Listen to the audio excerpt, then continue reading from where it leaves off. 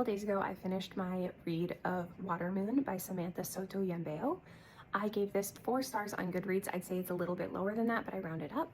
I first heard that this book was like a cozy read, and I have to disagree. I'd say it's more of a whimsical adventure. I would relate it closer to Brandon Sanderson's Tress of the Emerald Sea rather than like The Spell Shop or Legends and Lattes. So it is very whimsical, very dreamy, but not cozy per se. There were a couple things about the book that bothered me, and I'll get into that later. I don't want to spoil it for anybody. Overall, it was really good. I loved how they wrapped it all together at the end. I liked that there was like a little dash of romance in the book. One thing I didn't love was that it felt like the characters were just like, okay, here next, here next, here next, here next, to like move the book along. I don't know, maybe staying in a couple locations a little longer would have done something different. I'm not really sure how to fix that. But each location was so creative and beautiful, so I can't really complain about that. So I'm going to go over a little bit of spoilers about what bothered me about this book. So if you don't want to hear any spoilers, please scroll now.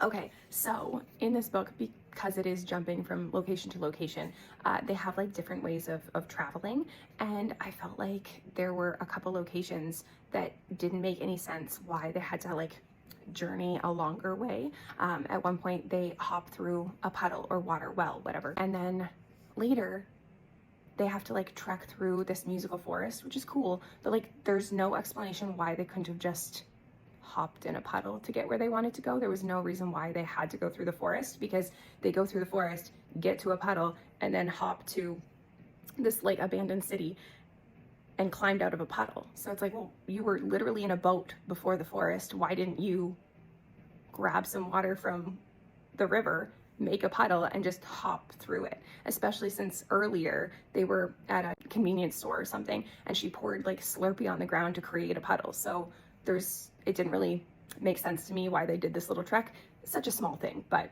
it kind of was like, why do they have to do this? As well as one of the first things that they traveled through was by going to sleep, and they have to cross the bridge to dawn, and the bad guys were gonna catch them there. I don't understand why every time they went to sleep, the bad guys didn't get them there. They're like running and hiding from them, but like they slept multiple times, and everybody has to cross this bridge into the morning.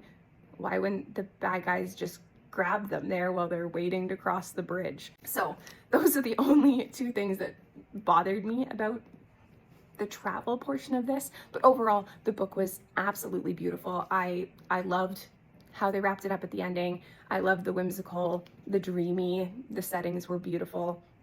I still would very much recommend you read this.